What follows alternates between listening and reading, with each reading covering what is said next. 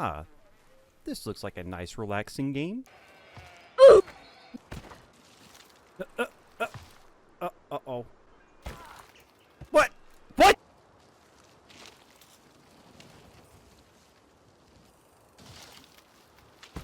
No!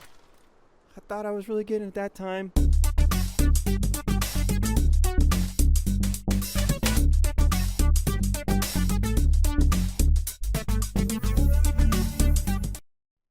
Lonely Mountains Downhill is a physics-based off-road mountain biking game with an interesting control scheme. I was given this opportunity to check out this indie title due to Keymailer and PC Game Pass, giving me a free key. If this game looks interesting to you and you haven't given Game Pass a try, use the link in my description to get a month's trial for $1. There are plenty of other great titles to check out too. Thanks again for Keymailer and PC Game Pass for the free key. If you happen to like this video and like to see more, please give the video a like and subscribe if you'd like to see similar content. And feel free to leave me a comment down below. Have you played this game before, or know of something similar? The game starts off wanting to teach you the controls. However, the promotion material of the game says you have freedom to choose your own route. Being the person I am, learning this stuff the hard way, I went my own path.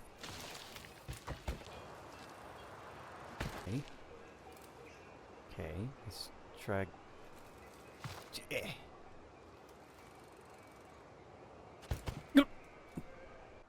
Okay, I think I should just follow the trail for now. It takes a while to get a good feel for the game. It is strongly recommended to use a controller while playing. There are two different control schemes to use.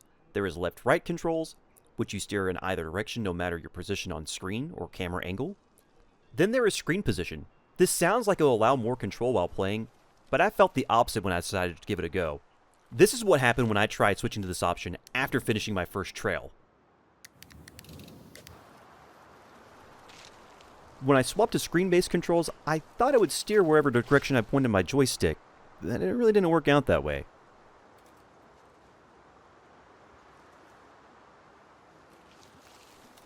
Yeah, I decided to go with left-right option, which also seems the intended way to play the game. Now, one thing you may have noticed with the last clip, there is no music. That is usually a huge minus for most games, but the ambience in this game and the sound design is done so well, from the sound of wildlife,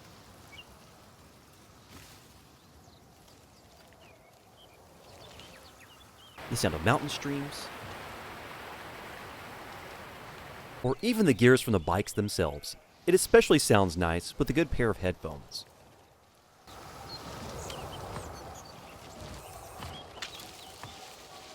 As mentioned, the first trail and course took me a while to get through it. It should be expected when trying this out for the first time, you're going to crash a lot. No. Oh. Which would seem like it would be infuriating, but as I said earlier about the sound design of the game, it is so tranquil and relaxing that it didn't really matter about how many times I had to start over. If you're like me, you will see a lot of the first opening course more likely, but when you start to get a good distance, it feels really rewarding and a little disappointing when you fail.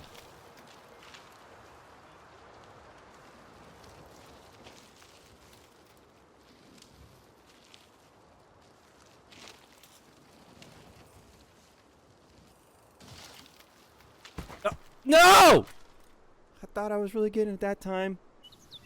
This clip is also a good moment to talk about how crashing feels a little off sometimes. It makes it a bit uncertain how to determine how fast or slow you can go with hitting something and consider it a crash. Dang it.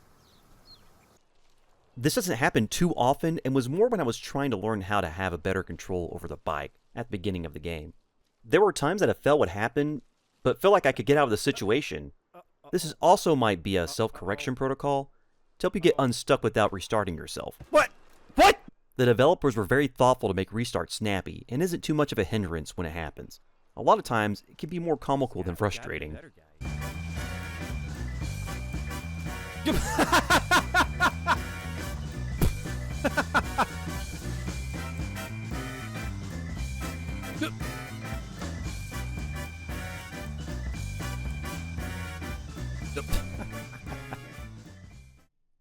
It does take a while to get to checkpoints while going through a trail, which at times can feel a little punishing. This is how I felt when I finally got my first checkpoint, only for this to happen immediately afterward.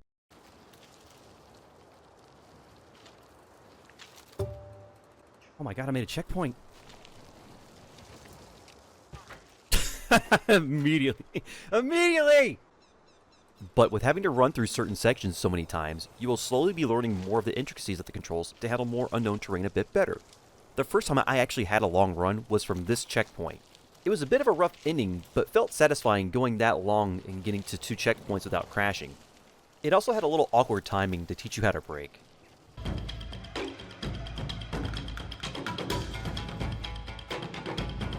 Now you're telling me how to brake? Okay. Was it not? Did I didn't need to do that before?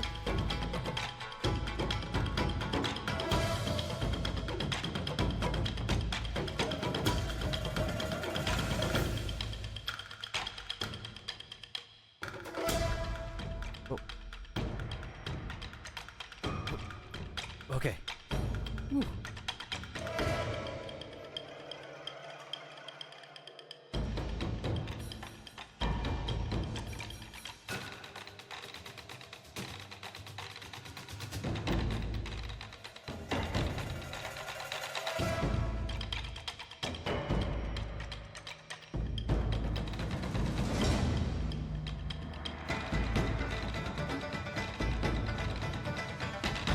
Oh no! No, no, no! Ah! Throughout the first trail, you'll slowly be shown more spectacle on what the game has planned for later trails and challenges. Whoa! I believe I can fly. Felt great seeing that you're able to pull off some really awesome and pretty far jumps with well-timed sprints. As you're making attempts, you'll start to see other paths to potentially take as shortcuts to get faster time, or even possibly make certain sections easier to get through. Speaking of different routes and fast times, I wonder what the speedrunning community looks like.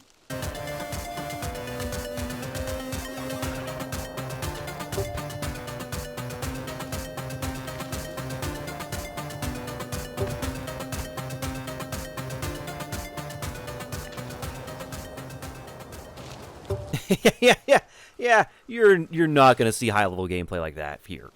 When finally finishing your first trail, you're then introduced to the progression system and the leaderboards. That's it. Okay, we did it. This game has a daily challenge available to provide you with extra cosmetics over time. The leaderboard is also very active and has a lot of users competing. If you're a competitive person, this might be the spot for you. You're able to unlock new bikes with different stats as well, but I didn't get to unlock any with the time I spent with the game. You will also get access to the challenges for the first trail. It has goals for a certain cumulative time and a certain amount of crashes you're allowed. I honestly didn't think I was ready to take on any of these challenges to get a new trail or mountain, but I had a really good start to the challenge until I wasn't.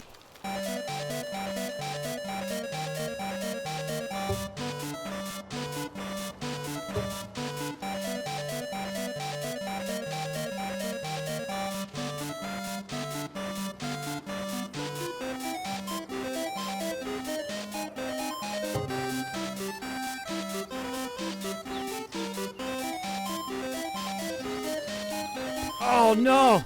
Oh man, I was so close to doing this on one go. When I got the next trail unlocked, I was pretty excited to see something different after an hour of trying to get a feel of the game. It was a bit more challenging, but started to show off more spectacle with more jumps and some tighter turns.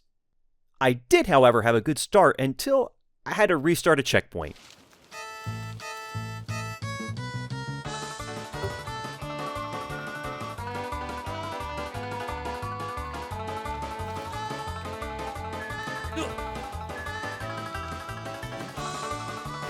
Ugh.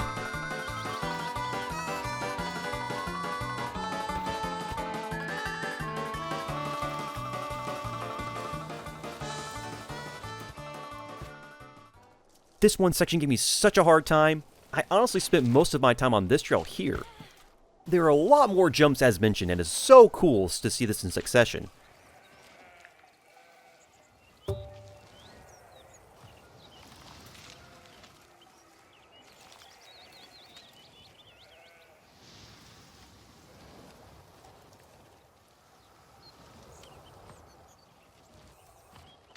After finishing the trail and completing the challenges, this unlocks a new mountain. Once I unlocked the next mountain, I was pretty excited to see how it looked.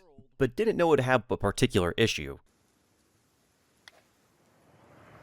Ooh, this is pretty.